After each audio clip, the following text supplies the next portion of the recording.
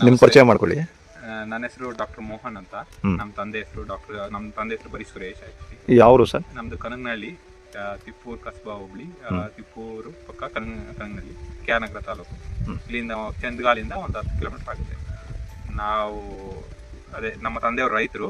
ನಾನು ಇವಾಗ MBBS ಮುಗಿಸಿ MD ಮಾಡಿ. MBBS ಎಲ್ಲಿ ಮುಗಿಸಿದ್ರಿ ಸರ್ ನೀವು? MBBS ಮಾಡಿದ್ದು ಮೈಸೂರು ಮೆಡಿಕಲ್ ಕಾಲೇಜಲ್ಲಿ.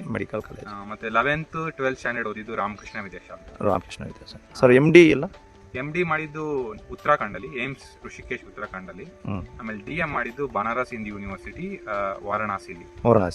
ಎಲ್ಲ ಬ್ಯಾಕ್ ಟು ಬ್ಯಾಕ್ ಆಗಿದ್ದು, ಎಲ್ಲೂ ಗ್ಯಾಪ್ ಏನು ಬರಲಿಲ್ಲ. 2012 ಅಲ್ಲಿ MBBS ಸ್ಟಾರ್ಟ್ ಮಾಡಿದ್ದು, 2018 ಅಲ್ಲಿ MBBS ಮುಗ್ದಿದ್ದು, 2018 ಮೇನಲ್ಲಿ ಮುಗ್ದಿದ್ದು.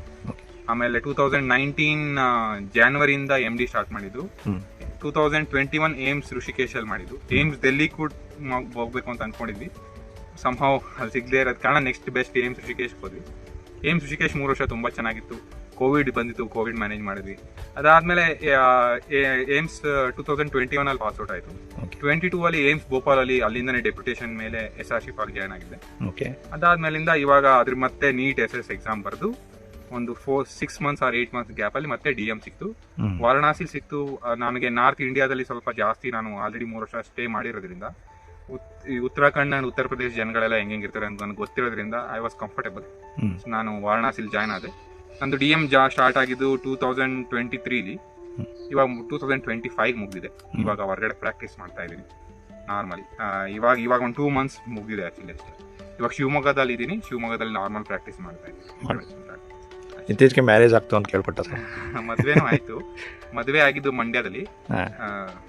ಮಂಡ್ಯ ಹುಡುಗಿ ಮದ್ವೆ ಅಷ್ಟೇ, ಇನ್ನೇನಿಲ್ಲ. ವೈಫ್ US ಅಲ್ಲಿ ಇದ್ದಾರೆ. ಅಂಡ್ ಅಷ್ಟು ಬಿಟ್ರೆ ಇವಾಗ ಇನ್ನೊಂದು 1 ಮಂತ್ ಅಲ್ಲಿ ಬರ್ತಾರೆ. ಮಾವರು ಕೂಡ ಡಾಕ್ಟರ್ ಅಲ್ಲ ಸರ್? ಮಾವರು ಡಾಕ್ಟರ್ ಶಂಕರೇಗೌಡರು ಅಂತ. 5 ರೂಪೀಸ್ ಡಾಕ್ಟರ್ ಅಂತಾನೆ ಫೇಮಸ್ ಆಗಿ. Thank you sir. ಇನ್ನು ಮಾತಾಡ್ತೀನಿ. ಏನಿಲ್ಲ ಸರ್, ಈಗ ಹೇಳಿದ್ರಲ್ಲ ನಾಟಿ ಹಸುದು ಪ್ರಾಮುಖ್ಯತೆನ ನೋಡಿದ್ರಿ, ಜೀವಾಮೃತದ್ದು ನೋಡಿದ್ರಿ. ಸೊ ಇಷ್ಟು ರೈತರುಗಳಿಗೆ ಈಗ 2 ಎಕರೆ 3 ಎಕರೆ ಇರೋರು ಒಂದು 5 ಕುಂಟೆಗೆ ಅಳವಡಿಸ್ಕೊಳ್ಬೋದಲ್ವಾ ಸರ್ ಇದೆಲ್ಲ? ಮಾಡ್ಬೋದು. ನಾನೇನ್ ಹೇಳ್ತೀನಿ ಅಂದ್ರೆ, ಇವಾಗ ನೀವ್ ಹೇಳ್ತಾರನೆ ಯಾರು 2 ಎಕರೆ 3 ಎಕರೆ ಮಾಡಿರ್ತಾರಲ್ವ, ಅವರು ಒಂದ್ ಸ್ವಲ್ಪ ಜಾಗಕ್ಕೆ ಮಾಡಿ ನೋಡ್ಲಿ ಫಸ್ಟ್. ತುಂಬಾ ಜಾಸ್ತಿ ನಾವು ಇರೋ ಜಮೀನ್ಗೆಲ್ಲ ಈ ತರ ಮಾಡಕ್ ಆಗಲ್ಲ ಸರ್ ಅಂದ್ರೆ, ನೀವೊಂದು ಒಂದ್ ಸ್ವಲ್ಪ 1/4 ಇಲ್ಲ 1/10 ಆಫ್ ಜಮೀನಲ್ಲಿ ಮಾಡಿ ನೋಡಿ. ಆಮೇಲೆ ಒಂದೇ ಒಂದು ಚಿಕ್ಕ ಕರುನೋ ತಗೊಬಂದ್ ಸಾಕಿ, ಅದ್ರ ರೆಸ್ಪಾನ್ಸ್ ನೋಡಿ. ಆಮೇಲೆ ತುಂಬಾ ದೊಡ್ಡದಕ್ ಬೇಡ, ಒಂದ್ ಚಿಕ್ಕ ಗದ್ದೆ ಅಂತ ಹೇಳ್ತಾರೆ, ಇಲ್ಲ 2 ಕುಂಟೆ 1 ಕುಂಟೆ ಜಮೀನ್ ಅಂತಾರೆ, ಅಷ್ಟಕ್ಕೆ ಮಾಡಿ ನೋಡಿ. ಅಷ್ಟಕ್ಕೆ ತೋಟ ಮಾಡಿ, ಅದ್ರ ರೆಸ್ಪಾನ್ಸ್ ನೋಡಿ. ಅದಕ್ಕೆ ನಿಮ್ಗೆ ಚೆನ್ನಾಗಿ ಅನಿಸ್ತಿದೆ, ತುಂಬಾ ಚೆನ್ನಾಗಿದೆ ಅಂತ ಆದ್ಮೇಲೆ ನೀವು ಪೂರಾ ಎಲ್ಲ ಅಳವಡಿಸ್ಕೊಳ್ಳಿ. ಏಕೆಂದ್ರೆ ಸರ್ ಈಗ ಬನ್ನಿ, ಇಲ್ಲಿ ಈ 2 ಗದ್ದೆ ನಾನು ಫಸ್ಟ್ ಸರ್ ಅಳವಡಿಸ್ಕೊಂಡಿದ್ದು. ಹೌದು, ನಾನು ಅದೇ ನೋಡಿದೆ. ಇವಾಗ ನಿಮ್ ತೋಟ ನೋಡಿದ್ರೆ ಇವಾಗ ಈ 2 ಗದ್ದೆನ ನಾನು ಅಳವಡಿಸ್ಕೊಂಡೆ. ಇಲ್ಲಿ ನೋಡ್ತಾ ಇರ್ಬೋದು ನೀವು, ಇಲ್ಲಿ ಏಕದಳದಲ್ಲಿ ದ್ವಿದಳ ಅನ್ನೋ ಕಾನ್ಸೆಪ್ಟ್. ಇದು ವೆರಿ ಸಿಂಪಲ್ ಸರ್. ಇದಕ್ಕೇನು ಉಳಿಮೆ ಬೇಕಾಗಿಲ್ಲ. ಈಗ ನಮ್ಮ ಕರ್ನಾಟಕ ಜನತೆ ಕೇಳ್ತಾರೆ, ಕೆಲವು ರೈತರುಗಳಿಗೆ ಗೊತ್ತಿರಲ್ಲ. ಏನು ಕೇಳ್ತಾರೆ ಅಂದರೆ, ಸರ್ ಉಳಿಮೆ ಇಲ್ದಾನೆ ಹೆಂಗೆ ಉಡಿಸ್ಬಿಟ್ಟಿದ್ರೆ ಕಾಳ ಅಂತಾರೆ. ಸೊ ಇಲ್ಲಿ ಏರ್ಮುಡಿ ಮಾಡಿದ್ದೀನಿ ಸರ್. ಇಲ್ಲಿ ಈ ಏರ್ಮುಡಿಲಿ ಏನಂದ್ರೆ, ಇಲ್ಲಿ ಓಡಾಡ್ತೀವಿ. ಇಲ್ಲಿ ಅಡಿಕೆ ಕೆಡಿಕೋಕ್ಕೂ ಈ ಕಡೆ ಅಡಿಕೆ ಕೆಡಿಕೊಳ್ಳೋಕೆ ಅಂದ್ಬಿಟ್ಟು ಇಲ್ಲಿ ಓಡಾಡ್ತೀವಿ ನಾವು.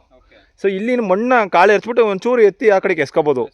ಬಟ್ ಹಂಗಾಗ್ಲಿಲ್ಲ ಅಂದ್ರೂ ಬೇಕಾದ್ರೆ ನೀವು ಬ್ರಷ್ ಕಟ್ಟರ್ ಇದೆಯಲ್ಲ, ಬೆಳೆದ್ಬಿಟ್ಟು ಅದು ಮಳೆ ಬಂದಾಗ ಏನು ಮಾಡಬೇಕು, ಕಾಳೆ ಎರ್ಚ್ಬಿಟ್ಟು ಅದ್ರ ಮೇಲೆ ಬ್ರಷ್ ಕಟ್ಟರ್ ಹೊಡೆದ್ರು ಸಾಕು, ಉಟ್ಕೊಳ್ಳುತ್ತೆ.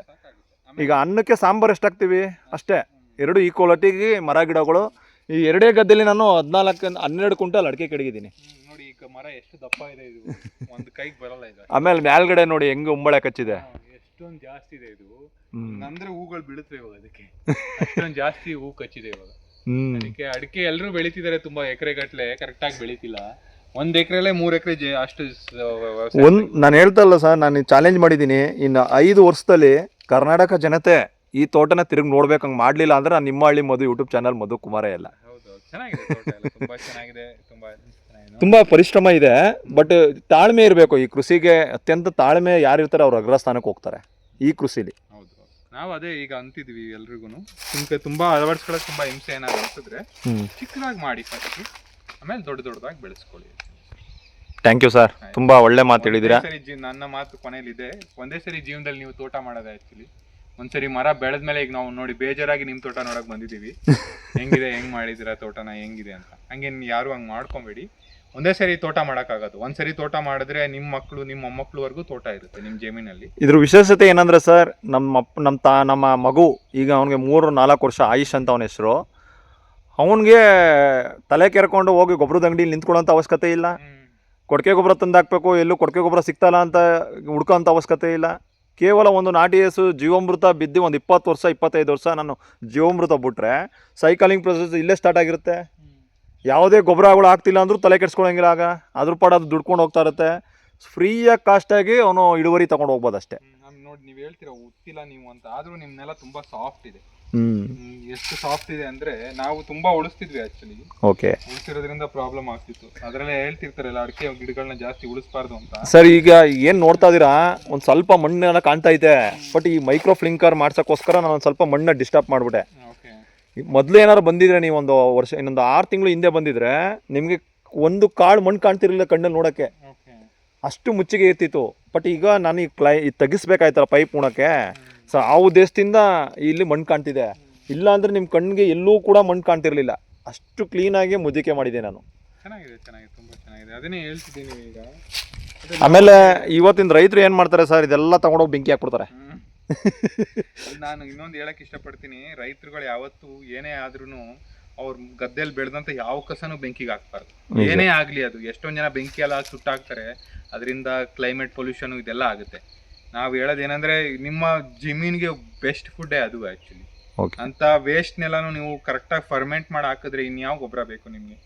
ಅಂಥ ಗೊಬ್ಬರನೆಲ್ಲ ನಿಮ್ಗೆ ಸುಟ್ಟಾಕ್ಬಿಟ್ಟು ನೀವು ಎಲ್ಲ ವೇಸ್ಟ್ ಮಾಡಿ ಪೊಲ್ಯೂಷನ್ ಎಲ್ಲ ಕ್ರಿಯೇಟ್ ಮಾಡಿ ಆಮೇಲಿಂದ ಮತ್ತೆ ನೀವು ದುಡ್ಡು ಕೊಟ್ಟು ಗೊಬ್ಬರ ತಗೊಂಡು ಹಾಕ್ತೀರಾ. ಆ ಥರ ಮಾಡಬೇಡಿ ಅಂತ, ಅದಕ್ಕೆ ನಿಮ್ಮ ಜಮೀನು ನೋಡ್ಕೊಂಡು ಹೋಗೋಣ ಅಂತ ಬಂದು. ಥ್ಯಾಂಕ್ ಯು ಸರ್, ತುಂಬ ಒಳ್ಳೆ ಮಾಹಿತಿ ಹೇಳಿದ್ದೀರಾ. ಮತ್ತು ಮುಂದಿನ ನಿಮ್ಮಂಥ ಯುವಕರುಗಳಿಗೆ ಏನು ಹೇಳಕ್ಕೆ ಇಷ್ಟಪಡ್ತೀರಾ ಕೊನೆಯದಾಗಿ? ನಾವು ಹೇಳ್ತೀವಿ, ಏನು ಹೇಳಕ್ಕೆ ಇಷ್ಟಪಡ್ತೀನಿ ಅಂದರೆ, ವ್ಯವಸಾಯ ಅನ್ನೋದು ಎಲ್ಲರ ರಕ್ತದಲ್ಲೂ ಇರುತ್ತೆ ಆ್ಯಕ್ಚುಲಿ. ಎಲ್ಲರೂ ಮಾಡಲೇಬೇಕು, ಯಾರು ಮರ್ತ್ಕೋಬೇಡಿ ಆ್ಯಕ್ಚುಲಿ.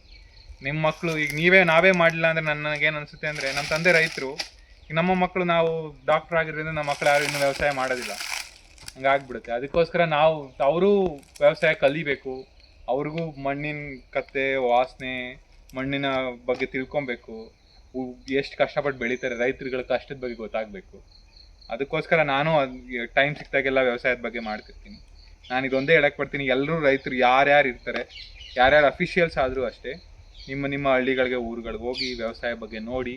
ನೀವೇ ಮರ್ತೋದ್ರೆ ನಿಮ್ಮ ಮಗ ಅಂತೂ ಮಣ್ಣೇ ಟಚ್ ಮಾಡಲ್ಲ. ಅವನೇ ಮರ್ತೋದ್ರೆ ನಿಮ್ಮ ಪೂರ ಅಂದರೆ ಫ್ಯಾಮಿಲಿಲೇ ವ್ಯವಸಾಯ ಹೊರಟೋಗುತ್ತೆ. ಎಲ್ಲರೂ ತಾತಂದ್ರು ಇಲ್ಲ ಮುತ್ತಾತಂದ್ರು ಎಲ್ಲರೂ ರೈತರೇ, ಅವರಿಂದನೇ ಎಲ್ಲ ಬೇರೆ ಬೇರೆ ಆಗಿರೋದು.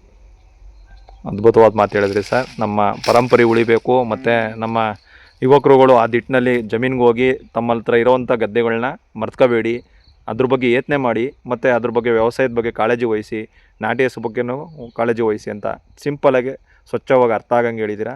ಧನ್ಯವಾದಗಳು ಸರ್, ಇಲ್ಲಿವರೆಗೆ ಬಂದು ನಮ್ಮ ಲಾಸ್ಟ್ ಮಾತು. ಆ್ಯಕ್ಚುಲಿ ತುಂಬ ಜಾಸ್ತಿ ಮಾತಾಡ್ಬಿಟ್ಟಿದ್ದೀವಿ, ಆದರೂ ಎಲ್ರಿಗೂ ಇನ್ನೊಂದು 5 ನಿಮಿಷ, ಇನ್ನೊಂದು 3 ನಿಮಿಷ ಅಂದರೆ ಏನಂದರೆ, ಎಲ್ಲರೂ ರೈತರುಗಳನ್ನ ತುಂಬ ಕಡೆಗಾಣಿಸಿ ನೋಡ್ತಾರೆ. ಯಾರು ಸಿಟಿಗಳು ನೋಡ್ತಿರ್ಬೇಕಾದ್ರೆ ನನಗೂ ಇಷ್ಟ ಆಗಲ್ಲ. ಇವಾಗ ನಾನು ಯಾರ ಮಗ ಅಂತ ಹೇಳಿದ್ರೆ ರೈತರ ಮಗ ಅಂತ ಹೇಳೋಕ್ಕೆ ಇಷ್ಟಪಡ್ತೀನಿ. ರೈತ ಅನ್ನೋದು ತುಂಬ ಇಂಪಾರ್ಟೆಂಟ್ ಜೀವನದಲ್ಲಿ. ಸೊ ಎಷ್ಟು ಕಷ್ಟಪಟ್ಟು ಬರುತ್ತೆ ಅಂತ, ಏನು ಬೆಳೀತಿದ್ದಾರೆ, ನಾವು ಊಟ ಮಾಡೋ ಅನ್ನಕ್ಕೆ ಎಷ್ಟು ಇಂಪಾರ್ಟೆನ್ಸ್ ಇರುತ್ತೆ, ಎಷ್ಟು ಕಷ್ಟಪಟ್ಟು ಬೆಳೀತಾರೆ. ಅವ್ರಿಗೆ ಏನು ಇಂಪಾರ್ಟೆನ್ಸ್ ನೀವು ಕೊಡಲಿಲ್ಲ ಅಂದರೆ ನಾವು ಊಟ ಮಾಡೋ ಅನ್ನ ಎಲ್ಲ ವಿಷ ಆಗಿಬಿಡುತ್ತೆ. ಅಷ್ಟು ಆವಾಗ ರೋಗಗಳು ಬರೋಕ್ಕೆ ಸ್ಟಾರ್ಟ್ ಆಗುತ್ತೆ. ನೀವು ಗೊತ್ತಿಲ್ಲದೇ ನೀವು ಹಾಸ್ಪಿಟ್ಲ್ ಚಾರ್ಜಸ್ ಎಲ್ಲ ಜಾಸ್ತಿ ಆಗ್ತಿರುತ್ತೆ. ಸೊ ರೈತ ಅನ್ನೋದು ತುಂಬ ತುಂಬ ಇಂಪಾರ್ಟೆಂಟ್ ಆ್ಯಕ್ಚುಲಿ. ಅದು ಒಂದು ಬೆಸ್ಟ್ ದೊಡ್ಡ ಡಿಗ್ರಿ ಥರನೇ ಆ್ಯಕ್ಚುಲಿ. ಸುಮ್ಮನೆ ಓದೋ ಡಿಗ್ರಿಗಲ್ಲ ಆ್ಯಕ್ಚುಲಿ, ಇದೆಲ್ಲ ಡಿಗ್ರಿನೇ. ಇದನ್ನೇ ಕಲಿಬೇಕು, ಇದನ್ನೇ ಮಾಡಬೇಕು. ಎಷ್ಟು ಓದಿದ್ರೇನು ಅಲ್ವಾ? ತುಂಬ ಅದ್ಭುತವಾದ ಸರಳತೆಯಾಗಿ ಇವತ್ತಿನ ಜನ್ರೇಷನ್ ಕರೆಕ್ಟಾಗಿ ಕ್ಯಾಚ್ ಆಗೋದು ಮಾತು ಹೇಳಿದ್ರಿ ಸರ್. ತುಂಬ ಅದ್ಭುತವಾದ ಮಾತು. Thank you sir. Thank you sir.